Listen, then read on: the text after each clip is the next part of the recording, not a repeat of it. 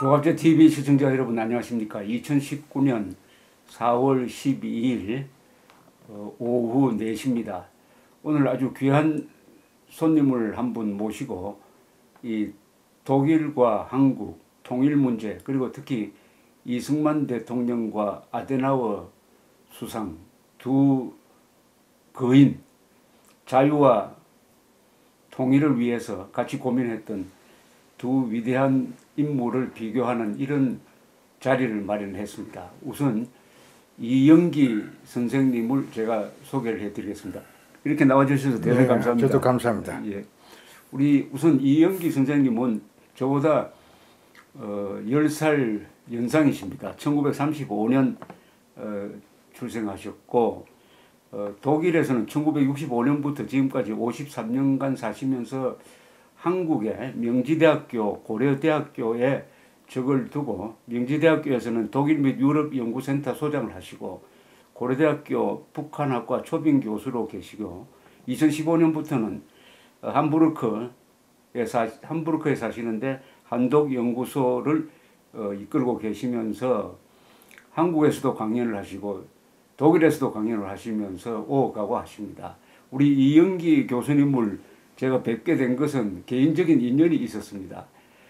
저하고 월간조선에서 같이 일했던 분 중에서 유명한 시인이 한 분 계십니다. 정호성 시인, 여러분들 잘 아시리라고 생각합니다. 정호성 시인은 월간조선에서 같이 일했는데 최근에 모친상을 당해서 거의 상가에 갔더니 우리 바로 정호성 시인의 매형 되시는 분이 우리 이영기 교수님이라는 것을 알게 되었습니다.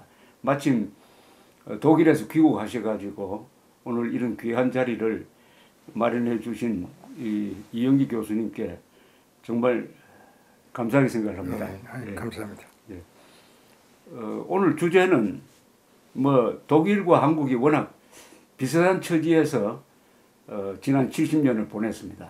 그러니까 2차 세계대전 끝나고 나서 독일은 패전국이고 한국은 식민지에서 해방된 나라로서 똑같이 분단이 됐습니다. 이념적 분단이었습니다. 그러나 독일은 1990년에 통일이 되었습니다. 우리는 아직 통일되지 못했습니다. 이런 고민이 있고 또 비슷한 점은 한국은 이 동북아에서, 그리고 독일은 서독입니다. 서독은 유럽에서 공산주의와 맞서서 자유를 지킨 투쟁의 기록도 같이 가지고 있습니다. 어떻게 보면 동병상련의 나라인데, 그래서 한국은 서독에 대해서 특별한 관심을 갖고 있습니다. 서독하면 라인강 기적이고 그것을 부러워했는데 어느덧 우리는 한강의 기적을 만들었습니다. 그러나 우리는 아직도 통일을 못하고 있기 때문에 서독, 동독 통일 과정을 연구하는 사람들이 참 많습니다. 그러니까 한국의 통일 방향에 대해서 독일식 통일이 가장 이상적인 거 아니냐 하는 게 저의 생각이기도 합니다. 그래서 오늘 이영기 교수님께 물어볼 일이 참 많습니다. 그래서 우선 이영기 교수님 우리 조갑제 TV 시청자들에게 여러 한번 인사 말씀 한번 해주시면 좋겠습니다. 이렇게 우리 조갑제 대표님께서 귀한 기회를 주신 데 대해서 우선 감사드리고요. 또 이런 TV를 통해서 우리 많은 시청자들에게 독일과 우리나라의 분단 관계, 또 통일 관계, 이런 여러 가지 그 테마를 갖고 이렇게 같이 상의할 수 있는 이런 기회를 주신 데서 감사합니다. 예. 독일에서도 조갑제 TV 보는 분들 계십니까? 제가 예. 제가 아까도 제가 말씀드렸습니다만은 제 인터넷으로 보니까 여기서 보는 거나 거기서 보는 거나 똑같습니다. 똑같죠. 예, 마치 그냥 자기 안방에서 보는 것처럼 제가 보고 있는데, 참 우리나라에서 일어나는 건건 참 중요한 핵심 분야를 딱 찍어가지고 오늘 하루에 일어났던 것이 뭐냐 하는 그 문제를 갖고 아주 논리정연하게 아주 간단명료하게 이렇게 감사합니다. 설명해 주신 걸 보면서 제가 오늘은 이런 사건이 있었구나 하고 제가 내일 보면서 아주 제가 많이 좀 배우고 있습니다. 예. 우선 아데나워 이승만으로 바로 들어가기 전에 이 독일 통일에서 우리가 배울 게 뭐냐, 그게 한국에 어떻게 적용될 수 있을 것이냐 하는 중요한 화두가 있는데, 마침 우리 이영기 교수님께서 명지대학교 개원 교수를 하고 이 한독연구소 소장을 하고 계실 때 정리한 게 남북 평화 통일을 위한 독일 통일의 교훈이라는 아주 짧은 글이 있더구만요. 아, 이걸 읽어보고 참 공부를 많이 했습니다. 여기서 보니까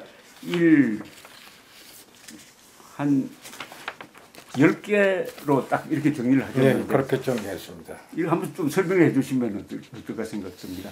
제가 작년 그 우리 함부르크에 있는 교포들을 상대로 통일 세미나를 하는 그 기회를 이용해서 다시 한번 재정리할 필요가 있지 않냐 해가지고 10개로 제가 그 압축을 해서 사람들이 많이 설명을 했습니다.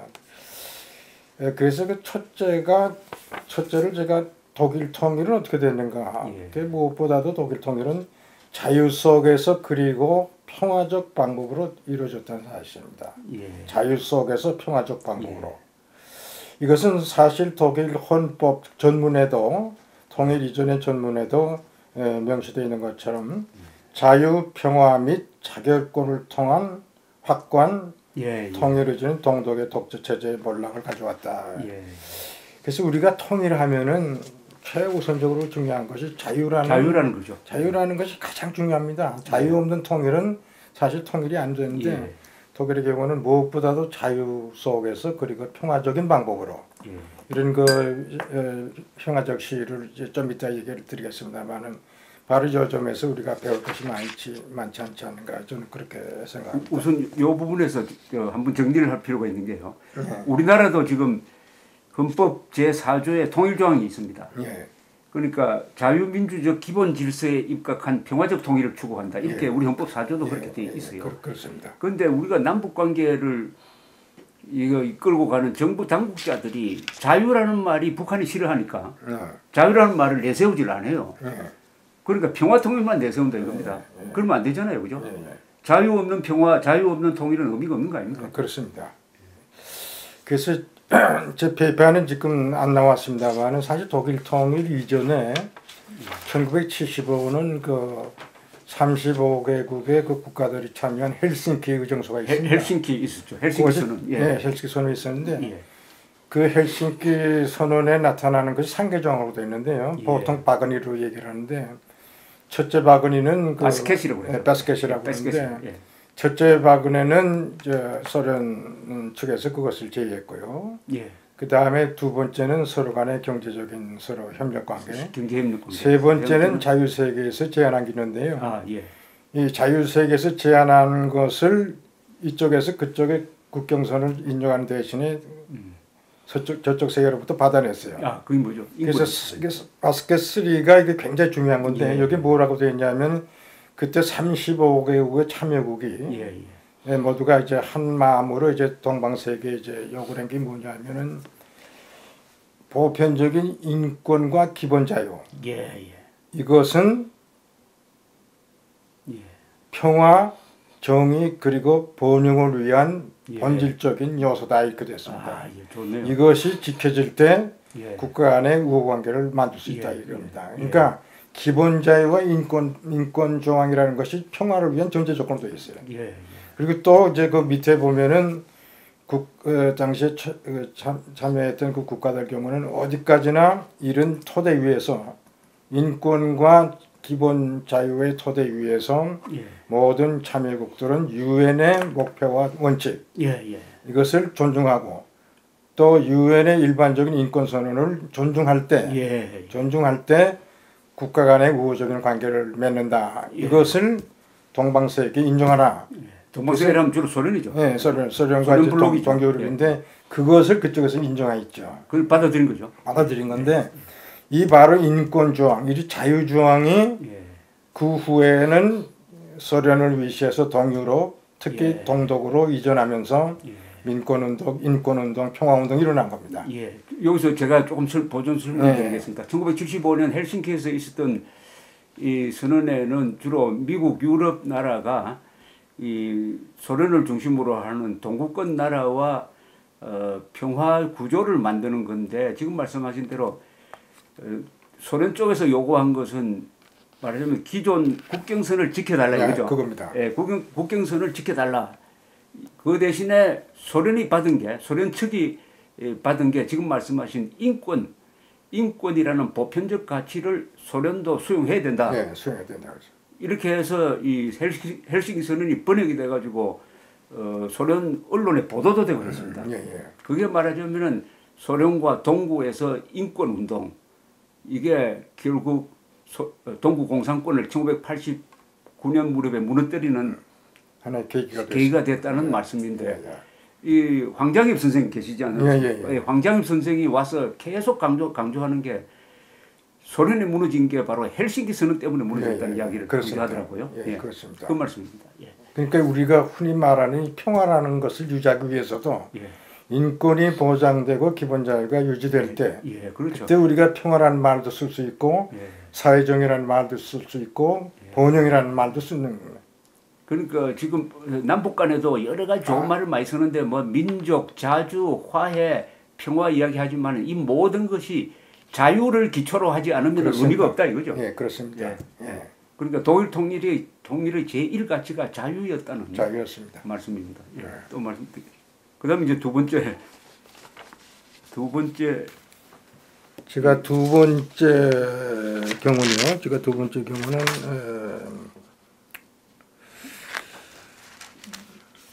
안보 관계에 대해서 제가 예, 그 얘기를 했어요. 그 독일의 통일 경우는 나토의 안보 체제의 뒷받침 없이는 불가능했다. 예. 그래서 나토의 그 이중 전략, 1967년부터 나토에는 이중 전략이 있었습니다. 아, 그렇습니까? 예. 그 하나는 안보를 튼튼히 하고, 예. 그리고 두 번째는 그걸 토대로 한 동방 국가와의 긴장 완화 정책. 예. 이것을 보통 나토의 이중 전략이라고 합니다. 예. 그러니까 우선 안보, 그 다음에 긴장 완화 정책. 예. 이것이 이루어질 때 긴장 완화도 가능한 거예요. 예. 근데 이것이 없이는 불가능한 거죠. 긴장 완화는 결국 통일로 가는 길이죠. 통일 가는 거. 그래 지금 그 제가 안보에 관해서 조금 더 덧붙이면요. 사실 안보는 큰 나라든 적은 나라든 그 중간형의 큰 나라든 다 첫째적으로 제일 중요한 분야 아니겠어요? 그렇죠. 미국도 큰 나라를 갖고 있으면서 안보에 대해서 굉장히 걱정을 하고 예. 과거의 소련 지금 러시아도 마찬가지고. 그렇습니다. 그 제가 오래 살고 있는 독일의 경우를 보면요. 독일을 둘러싼 나라가 한 아홉 개국이 됩니다. 예. 그러니까 어떤 면에서는 독일이 굉장히 포위 상태에 있어요. 포위된 상태죠. 예. 그런데 독일 사람들은 자기들이 이런 나라의 포위 상태에 있기 때문에 안보를 걱정하는 거예요. 예. 근데 따지고 보면 역사적으로 우리가 보면은 독일이라는 나라가 1차 대전을 일으켰죠. 2차 대전도 일으켰단 말이에요. 예. 그런 나라도 안보를 걱정하는 거예요. 예. 근데 우리나라처럼 지정학적으로 아주 불리한 상태에 있는 우리나라처럼 예. 이런 상태 우리나라가 얼마나 안보가 중요하겠어요.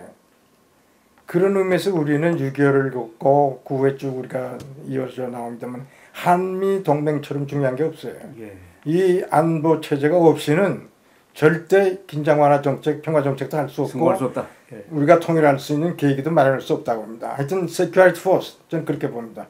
아, 정말 좋으신 말씀인데 그 지금 말씀하신 걸 들으니까 세상 깨달은 게 독일은 20세기의 제1등간 침략 국가인데도 그렇죠. 예. 안보를 걱정하는데 우리는 식민지도 당하고 6.25 남침도 당한 한국은 안보 걱정을 안 한다는 겁니다. 그게 참 희한하고 그 다음에 독일 통일을 가능하게 했던 것은 서독의 말하자면 동독 흡수를 가능하게 했던 것은 나토의 뒷받침이 있었다. 그런데 똑같은 것으로 한국의 통일이 가능하려면은 한미 동맹이 있어야 된다. 그죠? 예, 한미 동맹이 뒷받침이 있어야 된다. 그다음에 여기 일본까지 끼어가지고 한미일 동맹이죠. 한미일 동맹이 튼튼해야 한국 주도의 자유통일이 가능하다. 그 말씀이죠. 그 독일 통일 이후에도 통일된 독일은 지금도 나토 회원국. 그렇죠. 통일 이후에도. 네.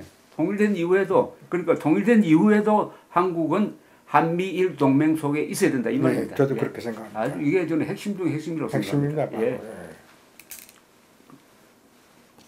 그 다음에 세 번째는 제가 한국과 독일 간의 큰 차이점은 우리에게는 이제 전쟁으로 인한 적대감정. 감정으로 예. 적대 감정이 이제 심화된 데 비해서 독일의 경우는 그런 전쟁의 경우는 지금 없습니다. 그래서 어떤 면에서는 바로 이런 것이 있기 때문에 아마 독일 동서독 그 인적 교류가 그래도 그러면서 조금 쉬웠지 않았나 그렇죠. 이렇게 생각이 되고, 그 다음에 네 번째는 보통 그 기적하면 라인강의 기적이다 이렇게 그렇지. 쭉 예. 생각하는데 저는 진짜 기적은 한강의 기적이다. 아, 그렇습니까? 예, 저는 그렇게 생각이 자꾸 아, 되더라고요. 좋은 왜냐하면 말씀입니다. 왜냐하면은 사실 독일은 아까 잠깐 비쳤습니다만은 1차 대전, 2차 대전을 일으킬 정도로 강대국가였어요. 그렇죠. 설사 2차 대전에 망했더라도 그렇죠.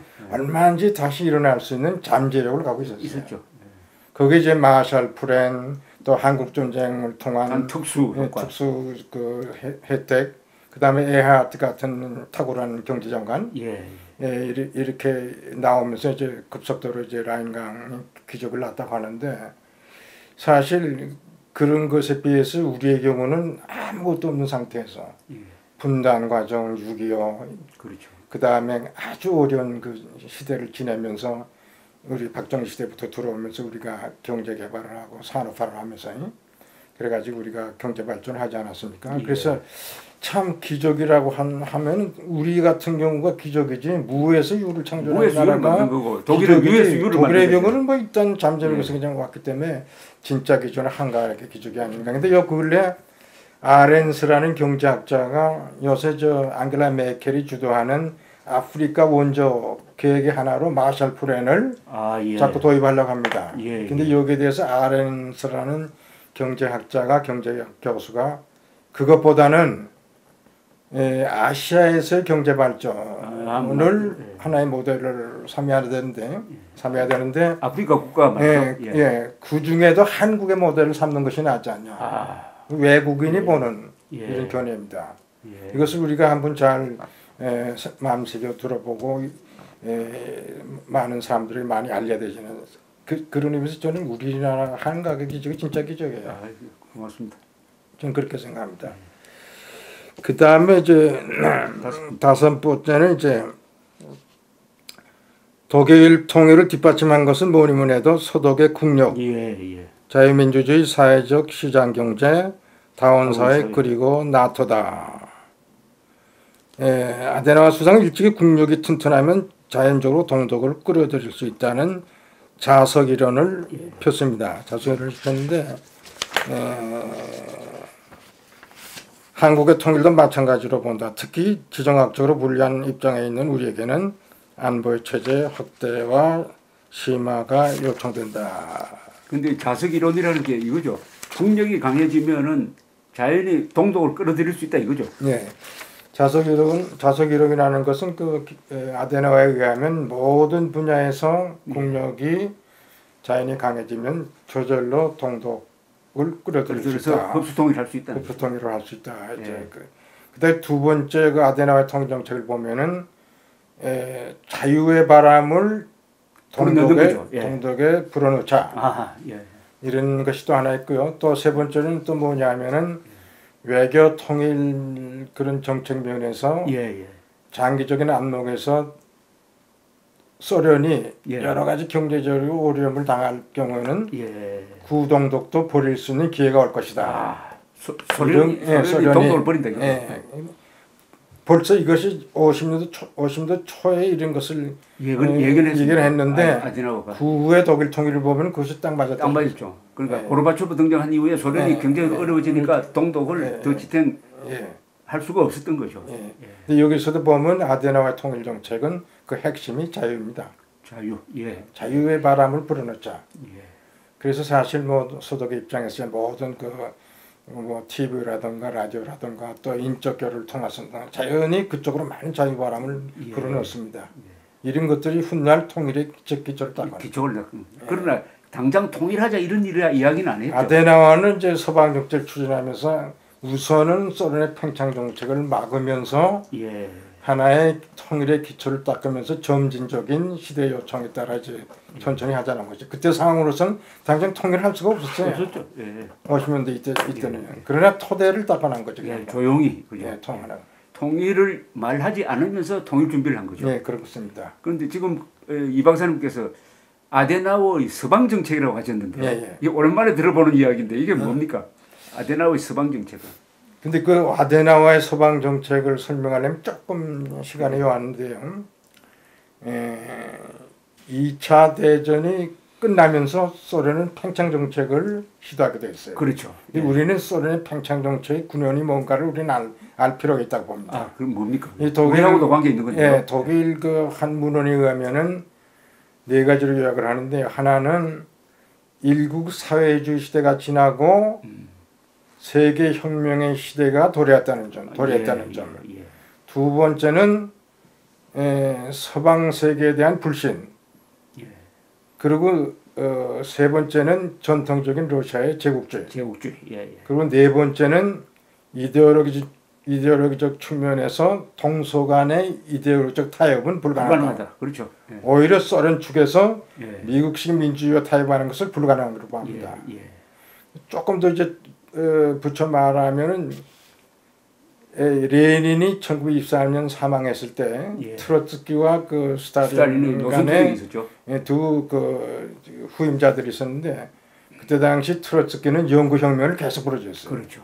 근데 스탈린은 현실주의자로서 그거보다는 자기들의 상황에 따라서는 차라리 우선 소련 내부의 일국 사회주의. 그렇죠. 그걸 강화하는 거죠. 예, 소련 내에서 우선 사회주의를 건설하자. 그렇죠. 그래서 40년도 때 이제 사회주의 헌법을 제정을 하고 반대에 있는 사람들을 숙청하고 강철 같은 당을 필요성을 얘기를 했어요. 강철 같은 당이라고 그랬어요. 예, 그걸 이제 앞으로도 계속 여러 그 당을 보존하기 위해서 숙청을 정기적으로 한다는 얘기인데요. 바로 이런 것을 토대로 해서 이제 팽창점이 시작된 거예요. 그 두 번째는 러시아식의 제국주의를 다른 나라들하고 같이 했던 시절이 19세기 말 아니에요. 그래서 시베리아 철도도 이렇게 그렇죠. 한 10,000km 되는 시베리아 철도도 이제 건설이 되고 알라스카를 먹었으니까. 그래가지고 서방 세계에 대한 불신, 그렇죠. 그 이데올로기적인 그 대립 이런 것을 갖고 팽창 정책을 감행한 거예요. 그래서 동유럽으로도 나오고 중앙아시아로도 나오고 한국으로도 한반도로도 나오고. 이런 상황에서 우리가 어떻게 이걸 막느냐. 우선 이게 막는 것이 중요한 거예요. 그래서 아데나우어가 볼 때는 우선 이런 그 팽창 정책을 막기 위해서 서방 세계와의 결석을 이제 제창을 했거죠. 그래서 미국과의 긴밀한 관계, 유럽 통합과의 앞으로의 과제, 그러면서 서방 정책을 본격적으로 시작을 한 거죠. 우리나라도 보면은 우리가 참 소련군의 북한 진주를 우리가 보면서 뭐 미소공동원의 1차 독수공 그다음에 2차 했습니다만은 이미 이 박사 경우는 이 소련의 팽창 정책을 이미 인식을 해가지고 미소공동위원회가 결렬되자 정읍 6월 3일 1940년 6월 3일 정읍 발언에서 단독 정부의 필요성을 역설했죠.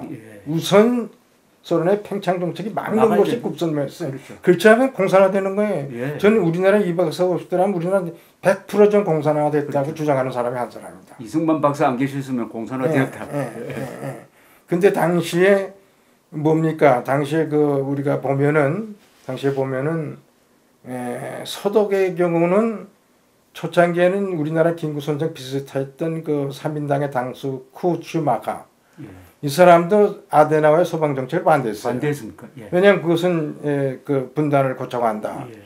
반대했습니다만은 1959년 고드스백 전당대회에서 3인당은 그때 당시는 그렇게 주장을 했지만 그때 당시 지금 와 보니까 아데나우어의 서방 정책이 옳았다. 이렇게 시인하는 거예요. 이것이 좀 중요한 포인트라고 봅니다. 중요한 포인트입니다. 이게 말하자면은 좌파가 스스로 자기의 잘못을 인정하고 그 우파인 아데나우어 노선의 정당성을 지지하고 그다음에 계급혁명 노선을 탈피하는 거 아닙니까? 그렇습니다. 근데 우리나라는 아직도 그런 게 없습니다. 거기에 대한 그 인식 부족이고 아직도 그 우리 분단의 책임을 이 박사에 전가하는 그런 경향이 아직도 살아있는데 이게 뭔가 잘못돼도 너무 잘못돼서 아직도 인식을 못하는 거예요. 당시의 상황을 왜 분단의 필요성을 우리가 느꼈는가.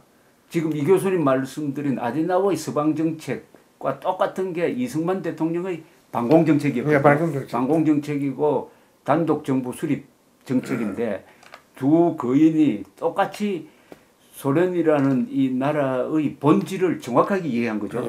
이 나라는 침략주의를 가지고 있고 공산주의이기 때문에 절대로 자유민주주의와 타협이 불가능하다. 그러니까 좌우 합작이 안 된다는 거예요. 절대 그건 지금도 그때도 불가능하고 지금도 불가능하고 좌우 합작은 안 된다. 그러니까 신탁 통치를 하면 좌우 합작으로 가야 되니까 이승만 대통령이 그것을 반대한 거고 또 공산주의에 대해서는 호열자와 같다. 인간이 어떻게 호열자와 같이 살 수 있느냐는 말까지 쓰면서도 했는데 또 큰 특징 하나가 한국의 좌익은 지금까지 오히려 종북 노선이라고 그래가지고 더 극좌 맹동주의로 가고 있는데 유럽의 좌파 독일의 사회민주당은 1959년 일찌감치 계급 폭력혁명 노선을 버렸다는 거죠. 그렇습니다. 버렸기 때문에 서독이라는 공동체 안에서 선의의 경쟁을 할 수 있었던 거죠. 근데 당시 그 3인당 당수였던 쿠트 슈마커는 그런데도 불구하고 49년 선거 때 3인당을 이끌고 선거에 참여했습니다. 야, 선거에 참여했네. 근데 우리나라 이제 김구 선생은 한국당을 갖고 있으면서도 1948년 50선거를 참여 안 했어요. 그게 결정적으로 잘못한 거죠. 그게 결정적으로 좀 잘못된 거예요. 여기 같이 참여하고 참여했었어야죠.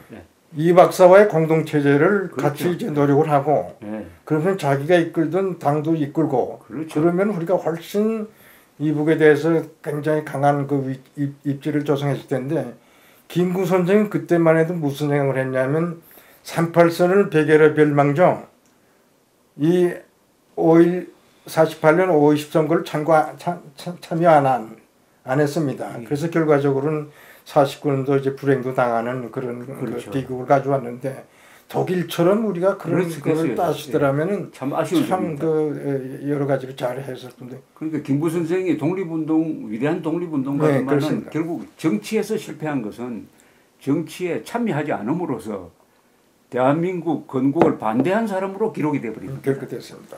그럼 이건 김구 선생의 불행이기도 하지만 이승만 대통령으로서도 불운한 거예요. 그죠? 그렇죠. 그러니까 두 사람이 경쟁을 했어야죠. 같이 정치판에 들어가서. 그다음부터 또 한 번 더 7번째네요. 그때 제가 보기에는 그 김구 선생의 경우는 이 박사에 비하면 국제적 판단 감각이 약했어요. 그것이 이제 결과적으로는 그런 결과를 가져왔는데 하여튼 그때 상황이 지금까지도 영향을 주고 아직도 그걸 제대로 깨닫지 못한 이런 사람들이 빨리 좀 깨닫길 바랍니다. 그 다음에는 제가 그 6번으로 독일 통일에서는 교회 역할이 굉장히 컸어요. 그런데 아까 헬싱키 의정서를 제가 말씀드렸는데 이런 그 인권 운동이 서구 사회에서 일어나면서 동방 세계로 이전이 되고 특히 동독에 이 영향을 많이 끼쳤어요. 그래서 환경단체, 평화단체, 기독교단체, 여성단체 이런 사람들이 우선은 반대 세력으로 이렇게 시작을 하면서 그 다음에는 저항 세력으로 변하더라고요. 이것이. 그래서 이제 그 1989년 그 여름 방학 때는 많은 동독인들이 서독으로 탈출했어요. 그런 와중에서 거기에 남아있는 그 동독 사람들이 우리도 탈출할까 안 할까 하다가 우리는 탈출을 안 하되 우리는 가만히 있지 않겠다. 그래가지고 들고 일어난 겁니다. 들고 일어났는데 그때가 이제 9월 달이 굉장히 중요한 그 달인데 89년 9월 달이 굉장히 중요한데 9월 25일 날 그 평화 시위가 시작될 때 아주 미국의 민권 운동을 하던 존 베이즈의 노래를 불러요. 한 300명의 기독교인들이. 존 바이스. 바이스. 그 We Shall Overcome 있지 않습니까? 그 노래를 부른 겁니다. 그래서 내가 그걸 보면서 야 언제 평양 거리에 이런 평양 시민들이 이런 노래를 불러야 할 텐데 그래가지고 눈물 나오는 그 노래입니다. 그래가지고 동독의 라이프치히에서 그 노래가 시작됐어요. 라이프치히. 라이프치히에서 그 핵심의 교회의 역할이 있습니다. 니크라이 교회가 아주 핵심 지역인데요. 그래서 가지고 그 다음에 이제 9월 이제 10월 2일이 이제 시위가 본격적으로 시작이 되고 특히 일주일에 한 번씩 월요 데모라고 유명해요. 왜 월요 데모가 형성이 됐냐면은 월요 데모를 하면서 또 일주일 동안 어떻게 될지 모르니까 그때는 조용히 생각하면서 새롭게 또 월요 데모를 위한 계획을 세우고 해서 9월 2일부터 인구가 시위자가 자꾸 늘었습니다. 근데 결정적인 그 데모 날이 10월 25일이니까 10월 2일. 그다음 10월 9일이에요. 10월 9일. 10월 9일. 10월 9일이 왜 유명하냐면은 호네카 정부는 1989년 천안문 사태를 동독에도 한번 활용해보자. 천안문 사태식으로 이걸 해결해보자. 이런 무력 진압을 한다. 무력 진압의 설이 있었어요. 근데 이거를 진압하는데 큰 역할을 한 것이 랍스의 유지들이 많이 이것을 역할을 했어요. 막았습니까? 네, 막았습니다. 이제 막았고, 그리고 이제 진압이 그런 무력 진압이 안 됐는데 또 큰 역할을 한 것이 고바초프의 신사에 의한 제한된 주권, 그동안은 제한된 주권으로 동독구를 진압을 했어요. 그렇죠. 근데 이번의 경우는 고바초프의 신사에 의한 개혁 정치로 동독의 제한된 주권을 인정을 안 하고 한 30만의 주둔군이 있던 소련군이 개입을 안 했어요. 소련군이 뒷받침 안 한 거죠. 사실 무력 진압을 반대한 거죠. 고바초프가. 그러니까 동구라파나 동독이나 자기들대로 너희들 체제를 선택하라면 선택하라. 마이웨이. 시나트라 닥트린. 그 독트린을 마이웨이라는 노래를 부른 프랑크 시나트라 이름을 따서 시나트라 닥트린이라고 했어요. 그래가지고 10월 9일에 아주 한 7만 명의 군중들이 모여가지고 우리는 국민이다. Wir sind das Volk. 그리고 Non-Violence. 그리고 비폭력. 그 다음에 자유선거. 그 다음에 자유여행. 근데 우리가 여기서 주목할 것은 Wir sind das Volk. 우리는 국민이다는 거예요. 왜 이게 중요합니까? 왜냐하면 국민 주권을 말해요. 권력은 우리 국민에게 있다. 그렇죠. 계급 독재가 아니다. 계급 독재가 아니다. 그래가지고 우리는 국민이다. 한 7만 명이 그 독일말로 Wir sind das Volk. 그 함성이 그냥 어떻게 아름답게 들리는지 모르겠다. 아름답게 들린다. 이 날이 결정적인 날이죠. 그런데 교회의 역할을 한번 아까 말씀하신. 그러니까 교회에서 이제 월요일마다 이제 교회 기독교인이든 비기독교인이든 교회에 모였어요. 그러니까 동독에 개신교가 살아 있었다는 거죠. 살아 있었죠. 그래가지고 거기서 평화 기도를 하고 평화 설교를 하고 앞으로 어떻게 데모를 주도할 것인가 그걸 논의하고 그러면서 한 2,000명 정도에 들어갈 수 있는 공간인데 그 밖에도 사람들이 많이 모여 있고 그래가지고 교회인들이 중심으로 물론 교인들만이 아니고 그렇겠죠. 많은 일반 국민들이 들어와 가지고 이제 예배를 끝나고 그 다음에 나가서 시위를 하면서 많은 시민들이 모집을 군집을 한 거죠. 그러면서 그 둘레를 삥삥 돌았어요. 계속 삥삥 돌으면서 이제 결국 시위를 이제 했는데 근데 그때 당시 이 광경을 라이프치히 한 대학의 교수 하트무트 스바라는 교수인데요. 이거를 쭉 계속해서 이것을 보면서 이제 독일 통일된 이후에 한 책을 썼어요. 한 책을 썼는데 그 사람의 그 결론적인 얘기는 뭐냐면은 결과적으로 동독의 멸망을 어떻게 해석하냐면은 동독 주민들에 의한 자체 해방, 그렇죠. Selbstbefreiung, 자체 해방으로 해석을 해요. 그건 맞는 말이에요. 그러니까 독일 통일은 동독 주민들이 결정했다. 결정했다는 거예요. 아주 잘 중요합니다. 자체 해방으로 돼 자체 해방이다. 물론 주변에서 많이 도와주긴 했지만 결국은 동독 주민들이 일어나가지고 자체 해방했어요. 그러려면 북한 주민들이 일어나서 통일을 해야 된다는 새로운 정부를 세워가지고 이제 새로 물론 이제 구동독도 이제 자유선거를 통해서 새로운 정부 세우고 그 다음에 소독 정부와 이제 관계를 통해서 독일 통일을 했죠. 그 콜이 늘 주장이 통일을 하려면 너희들도 일단 자유선거를 통해서 새로운 정부를 만들라. 그러니까 정통성이 있는 정부를 만들라. 그러면 우리가 통일 논의할 수 있다 이거죠. 그러면 우리가 국가연합을 할 수 있다. 예, 예. 그 콜도 처음에는 3년을 그렇게 기다렸어요. 국가연합 생각을 했네. 예. 예. 근데 빨리 동독 사람들 빨리 동독을 통일을 원했어요. 예. 통독을 원했는데 이 1990년 3월 18일 선거 때요. 어떤 사건이 일어났냐면 그때 기민당 계통으로 이제 나가고 3민당 계통으로 나가는데 그 지역이 동독 그 지역이 잭슨이나 잭슨 그 튜빙겐이나 이제 브란덴부르크 이런 그 주들이 과거에 3인당이 지배하던 그런 지역이에요. 예, 예. 그래 근로자들이 많이 거기서도 이제 그 활동하고 그러는데 그때 그 예측이 3인당 계통의 계통들이 많이 3인당을 많이 찍을 것이다. 예, 예.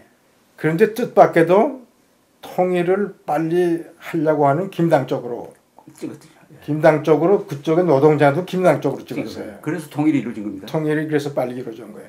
그 자체 내에서 자유선거를 하고 예, 예.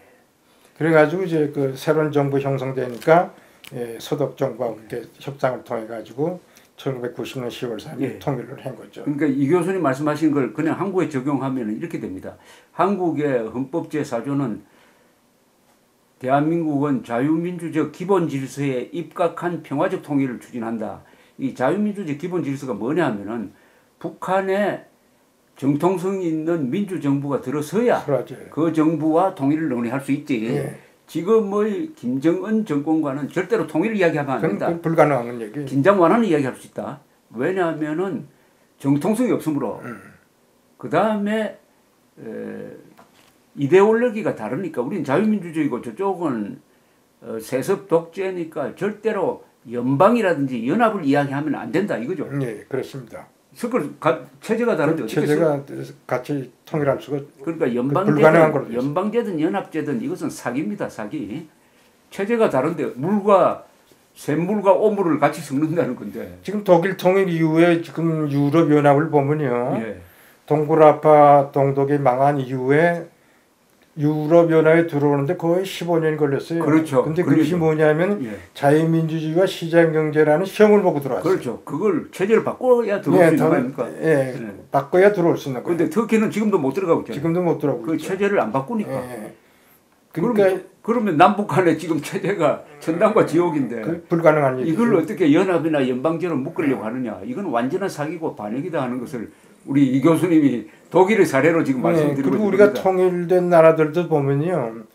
비에트남은 북베트남에서 되고 예멘은 북예멘에서 되고 그렇죠. 독일은 서독에서 되고, 되잖아요. 예. 그건 한 체제 하에서만 통일이 가능하다는 그렇죠. 거예요. 예. 체제 통일이지. 예. 한 체제 안에서만 이념 가능. 통일이고 체제 통일입니다.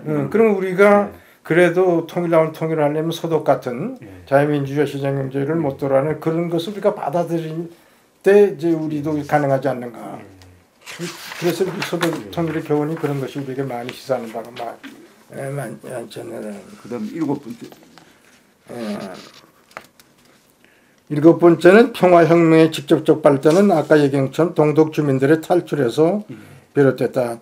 탈출이냐 잔류하느냐는 갈등 속에서 남때 가만히 있지 않고 일어나는 것으로 힘을 모았다. 우리 정부는 적극적 탈북자 보호 정책을 표현한다.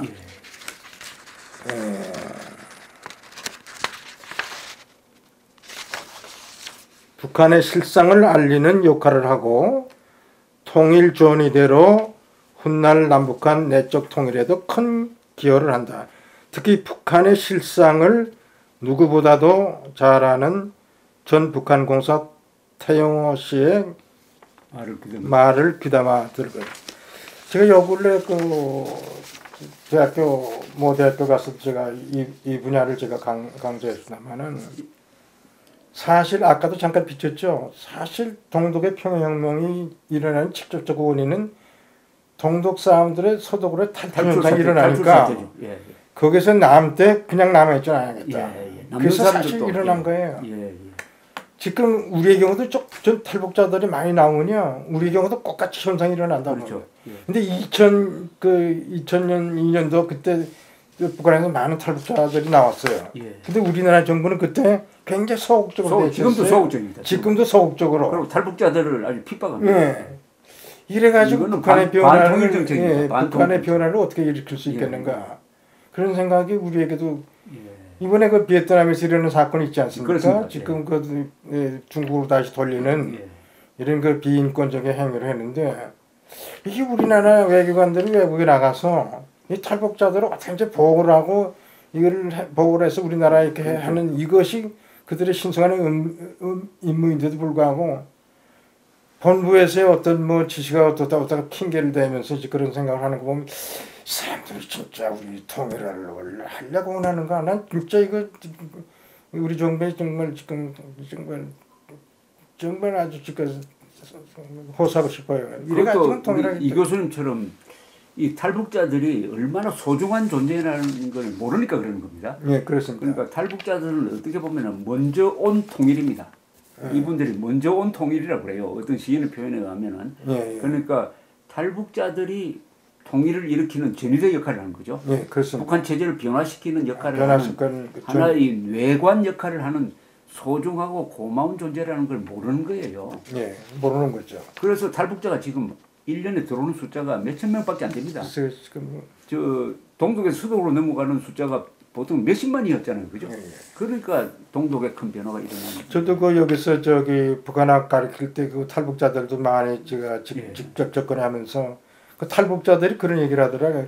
탈북자 수가 10만만 되면은 그렇지. 통일이 될 수 있다고 그러더라고요. 세력화가 되니까. 예, 그거 좀 100% 맞는 얘기라고. 지금은 3만 몇천만. 예, 거기서 그냥 머물고 있더라고요. 늘질 않고. 예. 그런데 제가 여기서 태영호 그 북한 전 공사를 강조를 했는데요. 제가 그 3층 소기실에 그 암호 제가 읽었어요. 아주 잘 됐어요. 잘 쓴 책이죠. 그 첫째 분야가 북한의 대관계, 그 두 번째 분야가 이제 북한 내부적 관계거든요. 이 사람이 북한 실상을 잘 그렸어요. 그래서 학생들에게 제가 그런 얘기를 했습니다. 요 근래 와서도 북한의 실상을 잘 이해하려면 무조건 이거를 읽어봐라. 예, 맞습니다. 이걸 읽으면 북한의 실상을 이해하는 데 굉장히 도움이 될 것이다. 아니 전 학생뿐만 아니고 우리 전체 국민들이 읽어야 된다고 다 읽어야 될 책입니다. 예. 그러면서 최선의 북한 실상을 알고 그렇죠. 북한에 대한 대북 정책을 갖다가 하라. 근데 여기 결론이 뭘로 됐냐면은 이 태영호 씨는 북한을 노예사회로 봐요. 예. 그래서 통일의 길은 노예 해방혁명이다. 노예 해방이다. 링컨 식의 노예 해방론으로 봅니다. 예, 예, 맞습니다. 아주 정확히 전 봤다고 봅니다. 예, 노예 해방입니다. 이건. 그러니까 아까 그 스바 교수처럼 동독의 그 자체 해방, 그거랑 일맥상통한다고 전 봅니다. 그러니까 통일이란 말보다 해방이란 말이 더 맞는 일. 그래서 노예 해방입니다. 우리 노예 국민 해방. 전체가 노예 해방입니다. 이 책들을 제발 좀 사서 보기를 원합니다. 예. 이것이 통일에 우리가 길을 찾고 우리의 통일을 앞당길 수 있는 길이라고 그다음에 8번째입니다. 콜 총리는 독일 통일과 유럽 통합은 동전의 양면임을 누누이 강조했어요.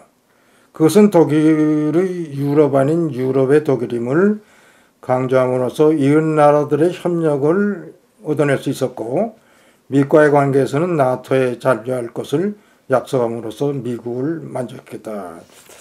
아까도 잠깐 비쳤는데요. 이제 독일의 경우는 유럽연합이라는 그 기구가 있어요. 예.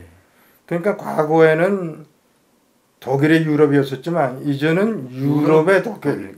그 이웃 나라를 아주 안심시키는 독일. 그 대신 유럽의 공동체를 조성하면서 앞으로 유럽도 세계적으로 하나의 좋은 단위로 돼서 앞으로 세계 정치를 같이 하자. 이 토마스 만이 51년도인가요? 미국에서 와가지고 독일의 유럽이 아니라 유럽의 독일이라는 말을 썼어요. 유럽의 독일이다. 유럽 속의 독일이다. 왜냐하면 1차 대전도 2차 대전 다 보면은 독일의 유럽 아니에요. 그렇습니다. 다 정복하려고 그랬는데 그 실패 과정을 이렇게 잘 경험한 독일의 경우는 그게 아니고 이제 새로운 독일을 창조하기 위해서는 유럽연합과 독일 통일과의 결부를 했는 거죠. 이게 아주 참 잘했습니다. 근데 그거에 비해서 우리나라는 유럽연합과 같은 연합은 없지만 우리는 그 대신 유엔과의 관계가 있다. 그렇습니다. 유엔과의 관계가 있습니다. 어떤 면에서 더 좋은 관계가 있는 거예요. 자, 우리가 48년 그 유엔청에서 우리가 그 대한민국이 탄생하지 않았어요. 그렇죠. 48대 6으로. 그리고 유엔이 한반도에서 유리는 산모 역할을 했죠. 예. 그리고 우리 역사상 처음 1948년 5월 10일 자유선거하셨어요. 그렇죠. 이거 우리 역사상 처음 된 거예요. 그렇죠. 그것도 유엔 감시해야 됐고요. 그렇죠. 그리고 48대 6이라는 압도적 다수로 유엔 회원국이 되면서 우리 대한민국이 건립된 거죠. 이건 저는 우리 역사상 가장 빛나는 사건이라 봅니다. 그래. 우리 대한민국 건국은 바로 48년 8.15죠. 예. 그렇죠. 그런 그 다음에 그 후에 이제 6.25 때 유엔군의 이름으로 우리나라에 와서 이제 공산 침략국을 물리치고, 그 다음에는 이제 유엔과의 관계에서는 유엔의 인권과의 관계라든가, 지금 현재로서는 뭐 유엔의 제재에 의한 그 북한에 대한 압박 정책이라는 전부 우리나라 경우는 유엔의 이름으로 유엔과의 관계가 돼 있어요. 그럼 우리나라도 궁극적으로는 초창기에 이 박사가 주장했던 통일 정책, 유엔 감시하에 인구 비례에 의한 자유통일, 전 이처럼 좋은 선거가 저는 없다고 봅니다. 유엔을 통한 우리는 통일을 해야 된다고 봅니다. 아, 좋은 말씀입니다. 지금 이걸 다시 살려야 될 필요가 있어요. 지금 말씀드리니까 우리가 대한민국이 유엔과 얼마나 밀접한 관계를 받았냐. 우선 대한민국 건국 과정에서 유엔이 산파 역할을 했습니다. 그렇습니다. 유엔 감시하에 선거를 하고, 그 다음에 선거를 통해서 수립된 정부에 대해서 유엔이 정통성을 인정했습니다. 대한민국만이 한반도에서 유일한 합법 정부다. 이게 유엔이 공인을 해줬어요. 그리고 이런 나라를 북한 공산군이 침략하니까 유엔의 이름으로 군대를 보내가지고 지켜준 거 아닙니까? 그렇습니다. 그리고 또 이 북한이 또 핵무장을 해가지고 세계 평화를 위협하니까 또 유엔의 이름으로 대북 제재를 하고 있는 거예요. 그러니까 유엔입니다. 또 인권 사항도 그렇고. 그렇죠. 그러면은 앞으로 통일도 유엔과 연계된 속에서 통일을 해야 된다. 저는 그렇게 생각합니다. 그럼 유엔과 연계되는 방법이 우선은 지금 유엔을 대표하는 게 한국에서는 미군 아닙니까, 그죠? 한미 동맹, 그 다음에 일본입니다. 유엔군 사령부가 전방사령부는 서울에 있지만 후방사령부는 일본에 있어요. 그렇습니다. 그러면은 유엔과의 연계는 꼭 한미일 동맹을 말하는 겁니다. 근데 좀 좋은 인스피레이션. 사실 우리 일본과의 관계는 과거에 서로가 적대 관계였던 그 독일과 불란서의 관계하고 참고되죠. 이 사람들이 63년 우호 조약을 맺지 않았어요. 그렇죠. 그래가지고 그게 우호 조약이 63년입니다. 63년입니다. 드골 때. 드골과 아데나우, 드골 아울 두 위대한 거인들입니다.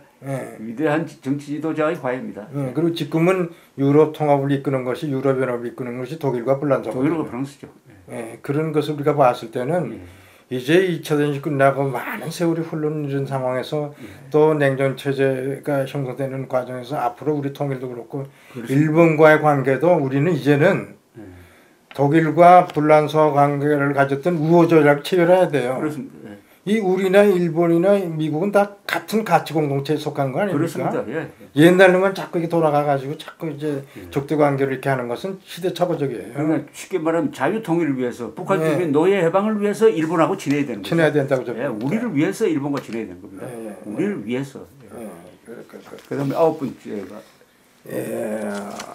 아홉 번째는 독일의 기회를 포착하라. 통일의 기회를 포착하라. 통일의 기회를 포착하라. 콜은 1989년과 1999년 90년 국제정세의 격동기에서 국내 조건을 균형 있게 다름으로써 통일의 기회를 성취했다.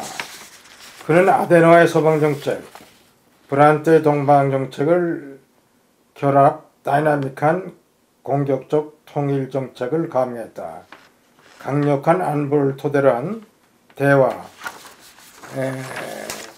동독의 경제적 지원 대가로 활발한 인적 교류를 얻어냈다. 1988년 한 해에 670만 명의 동독인들이 서독을 방문했다. 오늘날 한반도 국제정세는 북한의 핵 문제는 누구도 예측하기 힘든 격동기에 처해있다. 오바마의 전략적 인내가 지나고 트럼프의 북한에 대한 선제 공격의 문도 열어놓고 있다. 북한은 핵을 그들 체제 유지의 보루로 삼고 있지만 아이러니하게도 핵 때문에 망할 수도 있다. 국제적 고립, 유엔의 제재, 북한의 경제난, 북한 내의 봉기 가능성 등 이와 같은 국내 조건에서 콜이 취했던 통일의 기획도 포착할 수 있지 않는가. 콜 경우는 그 통일의 기회를 적극적으로 포착한 사람이에요. 그렇죠. 근데 이 포착하기 이전에 콜은 무슨 얘기를 자주 했냐면은 과거에 그 철혈 정책으로 독일 통일을 했던 비스마크의 예. 말을 잘 인용했습니다. 그 예. 비스마크가 뭐라고 얘기를 했냐면 역사에도 신이 있다. 신이 있다. 예. 뭔가 기회가 올 것으로 보이는 흐름이 있을 때는 예. 그 역사의 신의 외투를 꽉 잡고 옷자락을 잡아야 된다. 갈 때까지 가라. 예. 이거를 콜은 자기를 늘 생각했다는 거예요. 아, 예. 그러니까 89년에 그 여러 가지 그 움직이는 그런 과정을 보면서 예. 통일의 기회가 올 것 같다. 예. 그래서 이것을 포착해야겠다. 예. 바로 그런 다이나믹한 그런 통일 정책을 추진했기 때문에 그 기회를 포착한 거예요. 그렇죠. 근데 우리 인간 생활도 그렇지 않습니까? 예. 기회가 오는 거를 볼 줄도 모르는 사람이 있고 예. 어떤 사람은 기회를 오면 잡는 사람. 잡는 사람도 있고 어떤 면에서 지금 우리가 그동안 기회가 몇번 지나갔어요. 2000년대도 있었고 예. 지나갔어요. 뭔가 우리가 있어놓고도 그때 그걸 포착을 못했어요. 예. 지금 또 와 있을지 모릅니다. 예. 그 특히 김대중 대통령 때 보면은 그 제가 독일 신문에서 봤습니다. 요 근래에 햇볕 정책으로 그 의도는 좋았지만 예. 결과적으로는 북한 핵 개발에 자금을 대준 거죠. 예, 기여했다는 시간과 거예요. 자금을 대준 거죠. 그러면서 평화 노벨상도 이거 잘못 줬다. 그 독일 유력지 디벨트에 나온 사실. 아, 그 예리하게 추정했네. 예, 그렇게 본 거야. 의도는 좋았지만 결과적으로 북한의 핵 개발에 있기 이게 얼마나 그 중요한 말입니까? 지적입니다. 예. 예?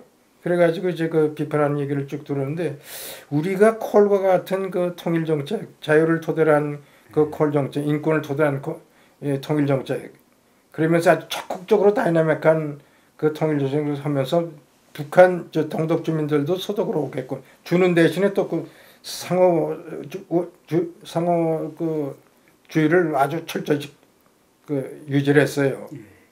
그런 관계로 이제 결과는 콜이 독일 통일 대통령이 이제 그게 됐죠. 그러니까 이게 통일 과정에 보면 아데나우어가 자석 이론으로 시작한 통일 과정을 딱 마무리한 게 같은 콜입니다. 기민당의 콜 수상이죠. 콜 수상입니다. 예. 이 콜 수상은 그 전에는 어떻게 보면 좀 우스개의 대상도 되고 했던 사람 아닙니까, 그죠? 그렇죠. 그 사람이 좀 무식한, 좀 바보 같은 그런 형의 예. 그 풍자들이 많았어요. 많았죠. 예. 그런데 89년에 기회가 온 것은 베를린 장벽 무너지니까, 그죠? 예. 베를린 장벽 무너지자마자 정광석화와 같이 예. 외교 활동을 펴가지고 바로 1년 만에 통일을 완수하지 않습니까? 완수했습니다.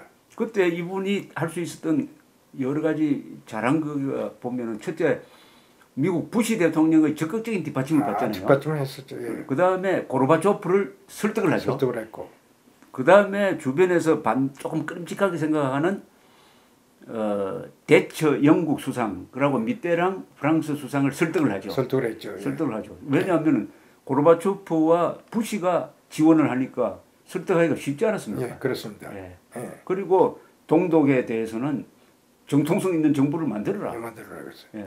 그래가지고 선거를 통해서 민주정부를 세우면은 그 정부하고 논의하겠다 이렇게 나온 예, 거니까. 그렇게 됐습니다. 예. 근데 그 독일 콜의 통일 정책을 우리가 논하려면 예. 백림 장벽이 무너진 그 같은 해 1989년 11월 28일 예. 본 그 위에서요. 예. 10개 조항을 발표합니다. 10개 조항 요구사항을 발표하죠. 조건을 예, 발표하죠. 예, 예. 그 10개 조항을 발표하면서 우리도 통일하겠다. 예, 선언하죠. 통일의 그 의지를 선포하는 겁니다. 예, 맞습니다. 그때 그 서방 국가와도 논의를 안 하고요. 예. 논의를 하고 독자적으로 통일의 신호를 던지는 거예요. 먼저 그 주도권을 잡아버립니다. 예, 예. 먼저. 그러니까 동독 사람들이 그동안에 우리는 국민이다 하는 구호가 예. 우리는 한 국민이다. 한 국민으로 되는. 예. 그러면서 그쪽 국민들이 더 일어나는 거예요. 예. 이게 위대한 정치인의 이게 정치인이죠. 도박입니다. 예, 예. 그걸 뭐 타이밍 놓치면 안 되니까 예. 일단 던져버리는 거죠. 던져버렸어요. 그래서 통일 총리로 이제 콜을 지금도 이제 역사적인 그 하나의 좋은 결과를 가져오죠. 그럼 마지막 10번째가 뭡니까? 독일 통일은 기본권의 승리이다. 인간의 존엄은 불가침이다라고 시작되는 기본권 19조항은 서독을 일으키고 동독을 무너뜨린 인간의 순간 승리이다. 서독 기본법 146조는 독일 통일 시 새 헌법을 제정하기로 되어 있지만 그리하여 통일 직후 신헌법 제정을 위하여 정치인 법률학자가 모였는데 이렇게 모여가지고 새로운 헌법을 만들려고 했어요. 예. 근데 법률학자, 이 정치학자들이 논의하는 과정에서 서독의 기본법, 헌법의 그 기본권 조항 19조가 너무나 좋기 때문에 그처럼 좋은 게 어디 있냐. 예. 근데 우리가 별도로 무슨 새로운 헌법을 만들 수 있냐. 예. 그래가지고 다시 49년도 제정했던 그 독일 기본법으로 돌아갔어요. 그렇죠. 그리고 그 기본법이 아직도 이렇게 살아있어요. 예. 이게. 근데 146조가 뭡니까? 146조가 이제 그 정치학자나 법률학자들이 모여서 새 헌법을 제정하도록 된 조항이에요. 예. 근데 그것이 좀 무료화된 거죠. 아, 그렇습니까? 예. 그래서 다시 독일의 경우는 지금 민주시민교육의 일원에서 독일 기본법을 제일 많이 발행하는데 지금도 헌법이라고 쓰기보다는 그룬드게세츠 기본법이라고 되어 있어요. 예. 그리고 그 뒤에 애국가가 되어 있어요. 저 국가가 붙어 있네. 애국가. 예. 애국가가 되는데 하이든 작곡에 하이든 작곡의 애국가가 되는데 과거에 그 독일의 애국가는 그 1절에는 독일 모든 세계 독일 도이칠란드 위브 알레스. 그런데 이것은 좀 제3국에 대해서 뭔가 좀 좋지 않았는데 3절만 부릅니다. 3절을 부르는데 초창기에 독일 통일된 이후부터 이제 초창기는 애국가를 잘 안 불렀어요. 제가 62년 독일 갈 때 그때만 해도 독일 사람들이 애국가를 잘 안 불렀어요. 근데 통일된 이후로 애국가를 지금도 잘 부릅니다. 잘 부르는 거. 워낙 좋은 노래입니다. 아주 좋은 노래죠. 명곡입니다. 그리고 보다시피 찬송가에도 들어있어요. 보다시피 여기 이 애국가를 이렇게 복과 애국가를 그렇게 소중히. 책이 좋은 책이네. 그래서 제가 학생들에게도 그 강의하면서 그런 얘기를 했어요. 여러분 애국가 4줄까지 불러. 나 그랬어요. 4줄까지 불러야 됩니다. 그리고 우리 이걸 의무화해야겠다. 국회에서 이거 의무화해야 돼요. 국회에서 뭘 한다고요? 의무화해야 됩니다. 4절까지 부르도록 의무화해야 돼요. 4절을 의무화해야 됩니다. 1절만 부르고 치우면 안 됩니다. 그래서 4절을 의무화. 그래서 결과적으로는 독일 통일은 독일의 인권, 독일의 기본권, 그 1조가 독일의 사람의 존엄성, 인간의 존엄은 불가침이다 이렇게 됐어요. Die Würde des Menschen in unantastbar. 이번에 제가 독일에서 여기 올라고 할 때 설문조사를 하더라고요. 군년 5월 23일이 1949년 5월 23일이 헌법 제정일입니다.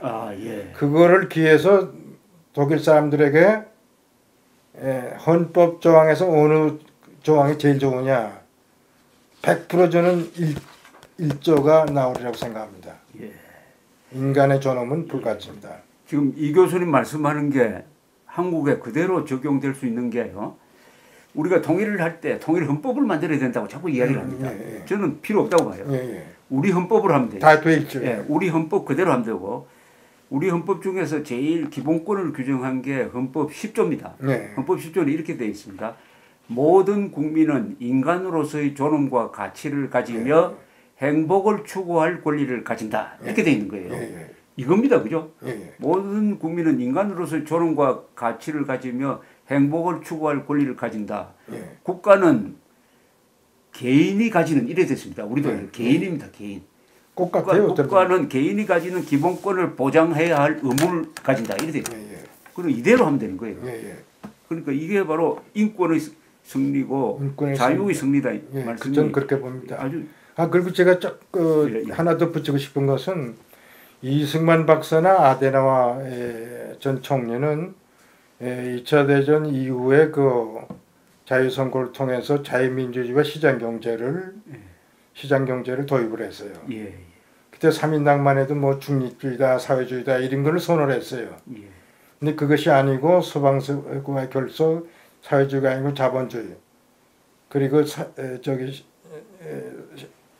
계획경제가 아니고 시장경제 서구 사회로 가고 저쪽으로 가지 않고 또 우리나라 이 박사 경우도 자유민주주의와 시장 경제를 택하지 않았어요. 그렇죠. 그렇죠. 근데 그 후의 발전 과정을 우리가 보면요. 예. 자, 일본, 우리나라 그 서독, 예. 자유민주주의 시장 경제를 택했던 이 세 나라가 세 나라가 발전했죠. 다 발전했어요. 예. 그 발전도 일본은 일본대로, 우리는 우리대로, 독일은 독일대로 예. 그 역사 속에서 가장 발전한 나라로 발전했어요. 그렇습니다. 발전한 나라로 발전했어요. 예. 일본도 그렇고 우리도 그렇고 최고로 발전한 거죠. 예, 발전 저기 서독도 정도가. 그렇고. 그래서 헬무트 슈미트가 그런 얘기를 했어요. 독일 역사상 제일 발전한 것이 자유민주 시장 경제를 채택했기 때문이다. 독일까지도 그렇죠. 예, 그러니까 안겔라 메르켈도 2000년도 예. 그 아데나와 그 정치평론가에서 뭐라고 얘기했냐면 예. 그때 해방 직후 당시 삼인당처럼 다른 방향을 갔으면 안 설정했더라면은 예. 지금은 어떻게 됐을 건가 예. 그런 얘기를 했어요. 그래도 아데나워가 있었기 때문에 그렇죠. 이런 오늘날과 같은 부귀영화를 누린다, 자유를 누린다, 예. 예. 안정감을 누린다. 그래서 안겔라 메르켈 위에는 아데나와 초상화가 있어요. 초상화가. 예. 근데 아데나워가 그런 얘기를 했다고 그래요. 그 뭐라고 얘기를 했냐면은 아데나와 정치 그 행정에서 뭐라고 얘기했냐면 정치적인 성과를 얻으려면은 예. 정치적 공세를 할 때만이 가능하다. 아하, 공세를 할 때만. 할 때만이 가능하다. 예. 이걸 안겔라 메르켈이 그대로 마음속에 간직하고 있어요. 아하. 그때 공세는 뭘 의미하는 겁니까?